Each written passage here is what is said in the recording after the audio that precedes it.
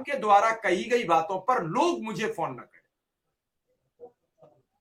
आप मेरे सामने अभी कुछ कहोगे तो लोग मुझे फोन करेंगे, आपको करेंगे, और किसे करेंगे, पूछेंगे कि नहीं पूछेंगे। फिर आप फोन न उठाओ तो लोग मुझसे सवाल करेंगे। भाई मेरी तो आदत है, मैं फोन बंद नहीं रख सकता, मेरा फोन खुला रहेगा, मैं कॉल बैक भी करूंगा, क्योंकि मैं घबराया हुआ हूं। कल भी एक शिक्षा मित्र ने ऐसा मैसेज लिख दिया, मुझे 3 घंटे उसे नॉर्मल करने में लगे।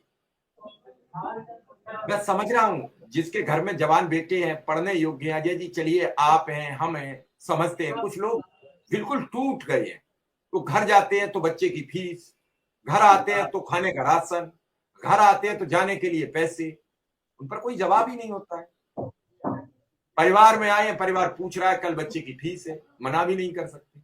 बच्चे कह रहे हैं पापा मैं उच्च शिक्षा में जाना चाहते हैं, मना भी नहीं कर सकते। बेटी कह रही है कि मेरे वस्त्र फट गए हैं, मना भी नहीं कर सकते। हाँ भी नहीं कर सकते क्योंकि पैसे नहीं।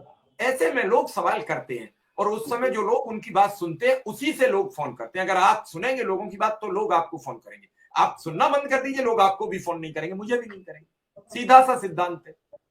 अजय जी देखिए, बस एक चीज ये कहेंगे अपने साथियों से, एक बार हम लोगों के विषय में अगर आप कुछ गलत लिखना चाह रहे हैं, अगर आपकी इच्छा है तो हम लोगों के विषय में गलत लिखिए, कोई बात नहीं, क्योंकि आपके अंदर कष्ट है, इस कष्ट को हम समझ रहे हैं, पूरा संगठन समझ रहा है, लेकिन आपके लिए जो लगा है,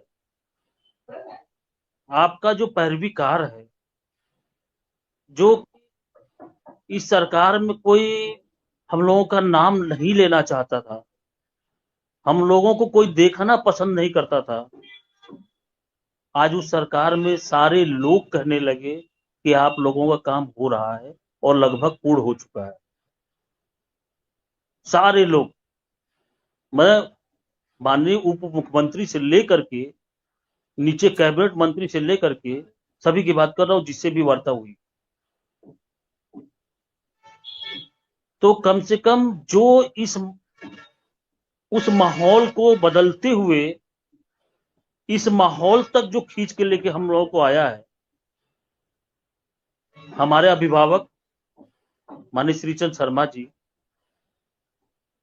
या हमारे बनारस के जिलाध्यक्ष और माननीय एमएलसी हंसराज विश्वकर्मा जी हों, या अनिल राज, माननीय कैबिनेट मंत्री अनिल राजभर जी हों, हमारे माननीय मंत्री जी रामकृष्ण भार्गव जी हों, जो हम लोगों के लिए परिश्रम कर रहा है, हम लोगों के लिए निस्वार्थ भाव से लगा हुआ है, उसके विषय में आप लोगों से हाथ जोड़ के विनती है,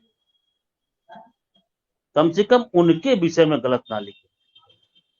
ये आप लोगों से निवेदन है, जो भी देख रहा है, जो भी सुन रहा है, सभी से कुछ दिनों के लिए आप लोग धैर्य रखिए और इन लोगों को लिए ना कहिए। अगर आपको हमको गाली देने से अगर आपको संतुष्टि मिलती है तो आप जी भर के गाली लिखिए, लेकिन सिर्फ हम लोगों को, हमारे संगठन के लोगों को, पैरवीकारों को नहीं,